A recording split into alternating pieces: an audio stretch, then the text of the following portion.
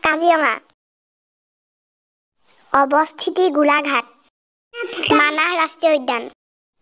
অৱস্থিতি চিৰাং জিলা। ডিব্ৰু-ছৈখোৱা ৰাষ্ট্ৰীয় উদ্যান। অৱস্থিতি ডিব্ৰুগড় জিলা।